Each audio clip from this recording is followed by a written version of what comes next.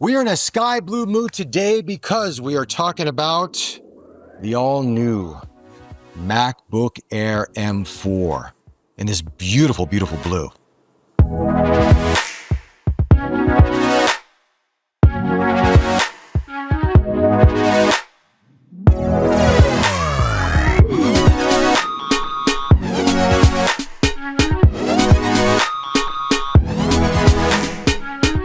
Is this the right laptop for you?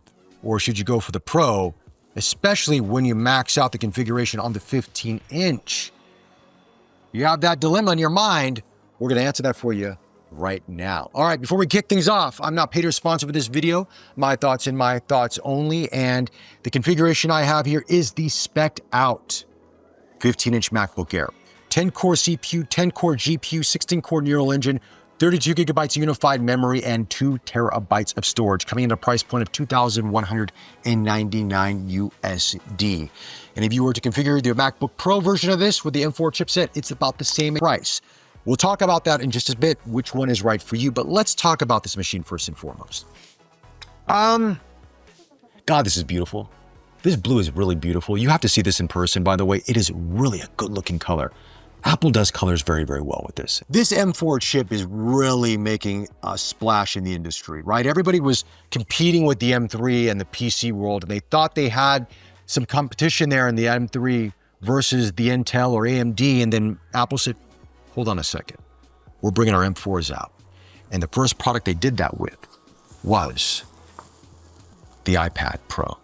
M4, they launched about a year ago in the UK. I was there for this.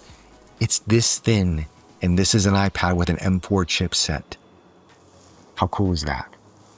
Ever since then, iMac, Mac Mini, just did a video for the Mac Mini M4 Pro. That much power in a box, that's 5x5. And now we have the M4 MacBook Air. A year after the M3 respectively, but there's compromises that people had to make back in the days, like which do I go for if I'm doing this, I'm doing that. But with these M4 chips, they can pretty much do most of what 90% of people out there need to do on a day-to-day task with their machine respectively. Now, again, it's emails, documents, browsing the web, YouTube, watching Netflix, Apple TV, all that kind of stuff. You want to do a little bit of photo editing, you can do that, no problem at all. You want to do some video editing for social media, Instagram, TikTok, you can do that on this, no problem at all. CapCut, Final Cut, Resolve, you can do that. Where you will see when you need to go to a Pro is if you want to go into more extensive things. Example, when you need more GPU intensified programs with AI built into it, like Resolve. I mean, when you use Resolve Studio, you can really push that. Various different nodes and color grading, noise reduction, refinement, face refinement, all these AI elements that come into play. That's where a machine like this may start stuttering a bit where you go, okay, I need a Pro machine. But you probably know that. And if you don't know that now, we're going to answer that question for you by the end of this video. With that said, this is the laptop for most of you out there. And I've been playing with it over the past few days. And here are the Geekbench numbers, just in case you want to see that. And this is very comparable to the Mac Mini M4, respectively. This is a really nice machine to use. And this is the first time I'm using the 15-inch, by the way. I always thought go for the 13 because you could fit it into the envelope. That's how Steve Jobs introduced the laptop back in the day. And then my larger displays were for my MacBook Pro machines. I have the M4 Max here. So what's changed here on the MacBook Air M4? Well, not that much. There's some subtle changes. The ports are still the same. Thunderbolt 4 ports. They're not Thunderbolt 5, unfortunately, but 4. In terms of the camera, it's a 12 megapixel center stage. You can also do desk view on this. You can have a better resolution for your Zoom calls, Microsoft Team calls. It looks fantastic. The display on this is bright. It's vibrant. P3 color gamut. Liquid Retina display. You know the drill. Man, what a great machine. And then you get into the photo editing, because that's what I do here on this channel. As you know, I edit photos and videos, and I'm always talking about gear. I mean, I'm using 100 megapixel images here on the GFX 102, and it's just blowing through this like it's nobody's business, man. It's just quick, easy, zooming in, zooming out, doing your edits. It's unbelievable how quick this is, how intuitive this is. And that's at 100 megapixels. I mean, these are 200 megabytes per file. I mean, these are massive, okay? These are really, really massive files, and it just handles them with ease. And then when you get into video editing as well, 4K, it handles it. It's fine. 6K open gate with my Lumix S5 2X. I've been shooting a lot of my videos on that lately outdoors. It works well with that. No issues at all. Timeline, smooth. It is It works, it's awesome.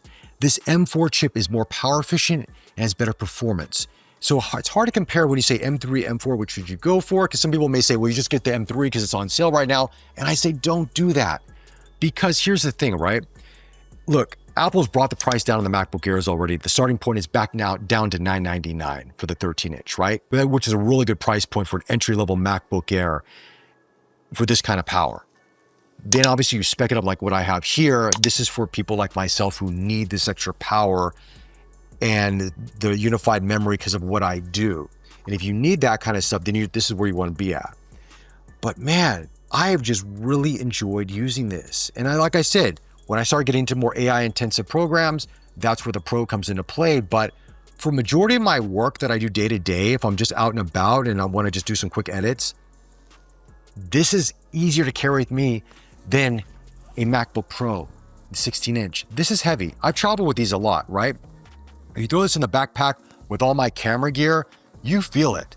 Now, I haven't traveled with this yet. It's only been a few days, but this is going to be much lighter. Now, of course, I talked about previously traveling with the Mac Mini M4 Pro, which is a great machine to carry around with. But if you need a laptop because you want an all-in-one product, this is really, really nice. But we got to talk about, okay, do I go Pro or do I go Air? Now, last year when I did a video on the MacBook Air, I said you should probably look at the Pro for that price point alone because you get fans inside of it, so you're going to get better performance. You're not going to get so much throttling, number one. Number two, you have a card slot on the side of it, so if you want to take a card out of your camera, you can slide that in there. You have more ports as well. Gives you more flexibility. That advice still stays to this day, but I will say this. Carrying this around over the past year and using it and taking the Air with me once in a while on trips, I did appreciate having a lighter machine with me at times.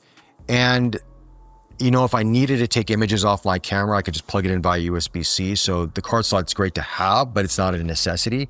Having more ports is always great, but there's docks you can buy for it. Again, it's an extra charge, but you know, I mean, you can get by with it. And so I would say to you, if you're in this kind of conundrum, you're thinking to yourself, what do I go for here? Because when you do look at the entry-level MacBook Pros versus this, they are very similar in price point. I would say if you know that you're going to be pushing your machines a little bit more, especially with AI coming into play and the amount of power that you need, and you want to have a fan in your laptop because you just feel more comfortable with that, especially when you're getting into video editing and stuff like that, then you probably want to edge for the Pro, right? But if you're like, you know what, I've got Pro machines already, I just want something I can take with me that's light enough to travel with or go on the go, maybe go on the train with, go to my friend's house or go to the office with, and I can go back home or I can go back to my other location and I can do my Pro work there, but I just want something that's a bit more portable. That's where the Air really is going to come into play. And there's something to be said about weight and easy to travel around with. And this Air, even at 15 inches, is very easy to carry around with you. So yeah, I would say that's how I would look at it, is if you need that portability, go for the Air. If you need a little bit more performance, you go for the Pro at the same price point. It's tough, isn't it? It's really tough. Apple makes these machines so damn good. It gives us a hard time doing this on video to give you a recommendation. And I know a lot of you have been messaging me over the past year, even on the M3 Air, which one should I go for? This is what I do. And I want you guys to do that. I appreciate that. And I will continue to answer those questions in the comment section below. But as of right now, as I've been using this, I really like this machine. And for me, when I'm on the go and I don't need a Pro performance machine, I'm gonna use this. Anyway, guys, those are my thoughts. Let me know your thoughts in the comment section below. Are you an Air person? Are you a Pro person? Love to hear from you. Like always, like, subscribe. Thank you for the support, and I'll chat to you all very, very soon. Take care.